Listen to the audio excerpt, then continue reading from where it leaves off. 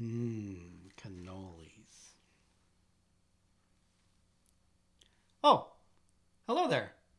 Welcome back to another episode of Learning Second Trumpet Excerpts. My name is Anthony Prisk, and I play second trumpet in the Philadelphia Orchestra, and I also teach at the Peabody Institute and Temple University.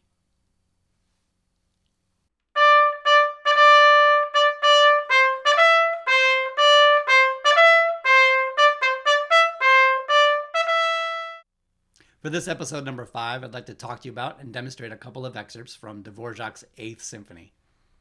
This piece is kind of important to me because it was the first piece that I played with the Philadelphia Orchestra as a member of the trumpet section. It was in 2013 at SPAC in Saratoga Springs with Stefan Danev conducting. It was a wonderful experience, and it was a great start to my career with the Philadelphia Orchestra. So let's dig in to the second trumpet excerpts from Dvorak's 8th Symphony.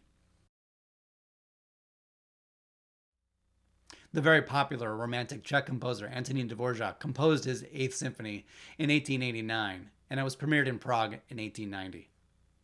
Even though Dvorak's a Romantic composer, he orchestrated 2 trumpet parts, often like battery in late classical music, but then sometimes in octaves or in unison playing the melody to bring it out. The first excerpt we'll look at incorporates both of these roles. It comes from the second movement Adagio, immediately following the beautiful and soulful violin solo.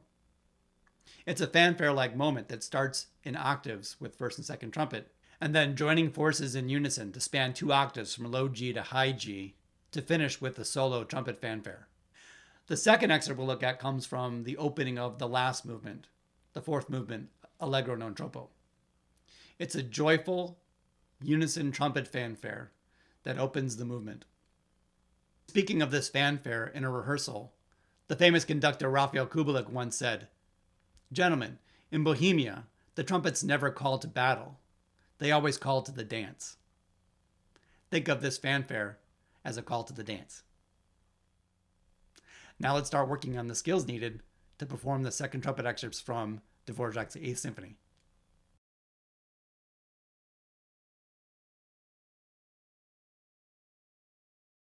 I'm calling this section laying brick because I think that low notes are like the bricks in the foundation of a house, where everything sitting on top of it is depending on the support from those low notes or those bricks. In order to find this resonance and supportive sound in the low register on the instrument with ease and immediacy, I like to work on an exercise I call the bows. Just how they sound, bows. These are like jazz band fall-offs with an immediate breath attack. When visiting the Metropolitan Art Museum in New York one year, I ran into an exhibit by Alexander McQueen, Lady Gaga's former clothing designer. There was a quote on the wall that said, "I like to find the beauty in the grotesque, like most artists." This quote resonated with me because it's like the bows. We need to find that beauty, that resonant sound at the beginning of the note. Listen for it. Listen for the brilliance. And then when you recognize that, start sustaining the note a little bit longer and keep that brilliance until you get to a long tone. I'll demonstrate these exercises now. Try playing them with abandon and then start adding structure to them. I like to use the Nagel rhythmic studies or the Schuberg timing drills or even the sax timing drills. This will help you to be more coordinated with your air and your tongue.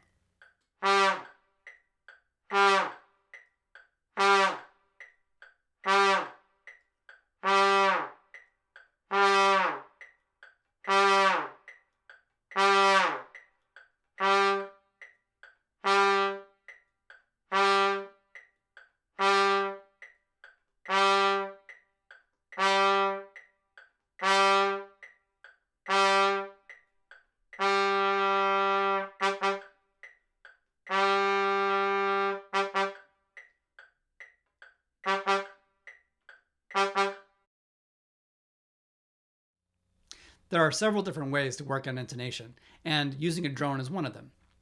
I like to use drones on an excerpt like this because I want to make sure that my articulation is not changing the center of pitch or the sound quality. One of the problems we have as trumpet players is that when we articulate a note, we often tend to lower the pitch or change the center of pitch because of the tongue stroke that we use. So I like to use a drone to make sure that my tongue stroke isn't changing the center of pitch or the tone that I'm making. This is essential for playing in unison with somebody else. Here are a couple of exercises that I like to use for this excerpt.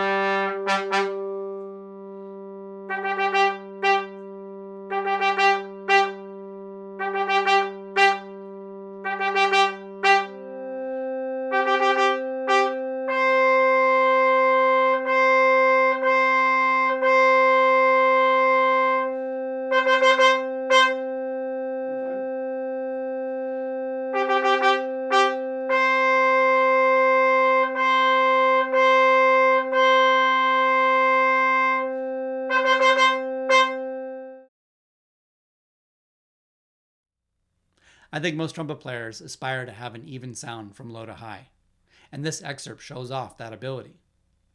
So when working on this excerpt, I like to add things like Clark Technical Study number 5, slurred and tongued, in the tempo of the excerpt.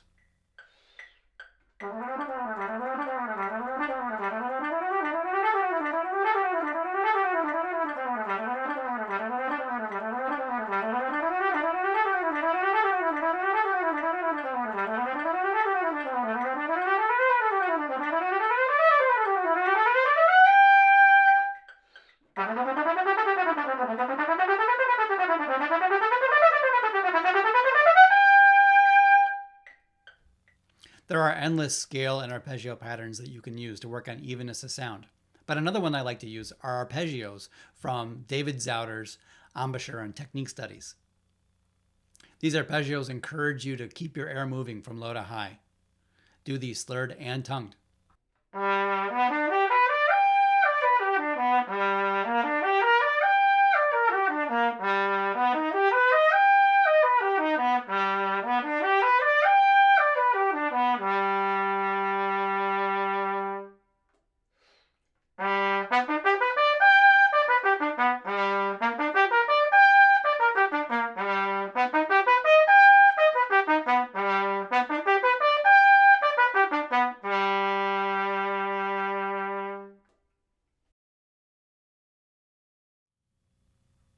As with every excerpt, time and rhythm are very important. In this excerpt, I like to focus on the 30-second notes in the strings to keep my musical direction. When listening to the excerpt, try to get those sounds in your head. When playing the excerpt, try to subdivide the 30 seconds and 64th notes. So when you hear the strings playing 30 seconds, try to fit those 64th notes in their 30 seconds. I like to think of the 30 seconds as having musical direction to the second beat. Or in this case, if you're thinking in 4, the third beat. I like to play exercises subdivided with 30-second notes and 64th notes. When doing subdivision, subdivide in the style of the music. Use the articulation you're going to use when playing the excerpt. This will give you more practice for the excerpt.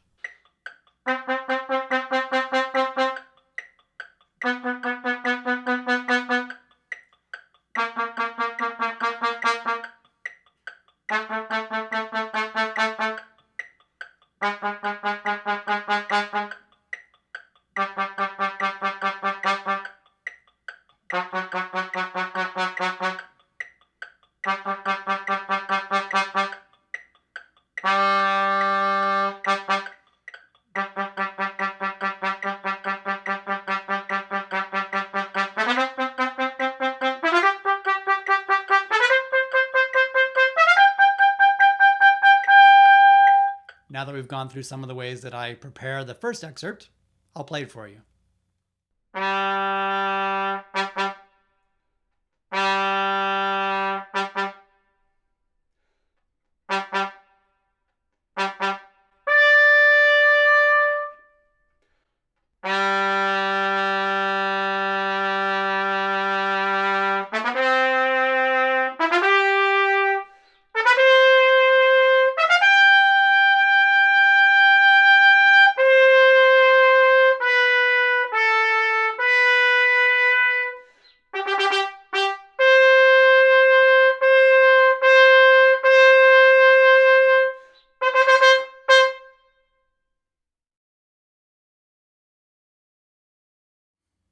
We'll now briefly look at the second excerpt, which is the fanfare that opens the fourth movement of the symphony.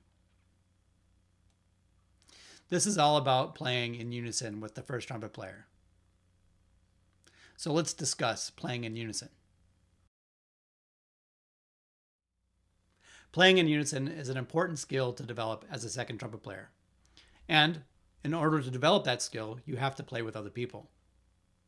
I recommend people get together and play concone or simple melodies in unison and designate a first and a second. This way, the second player can really get into the first player's sound. You need to let go of your ego, open your eyes and ears, and be very aware of intonation, articulation, timbre of sound, vibrato, breathing, and everything else. When I play in unison, I like to think of myself as a shadow to the first player. Stay a little bit under their dynamic so that you can hear clearly everything they do and not compete with their sound. Remember, you're not trying to match their sound like a carbon copy, but you're actually trying to make a good collective sound. So sometimes that means making a slightly different sound to complement the collective. Over the years, I've had the pleasure of playing with some really great first trumpet players, namely Mark Hughes in the Houston Symphony and Dave Bilger in the Philadelphia Orchestra. Both of those guys breathe in time and in the style of the music so that it's very clear what their musical intent is when they start a unison passage. If you listen intently to what they're doing, you can follow them with your instincts and not overthink it. Here's my example of the excerpt from the fourth movement of Dvorak's Eighth Symphony.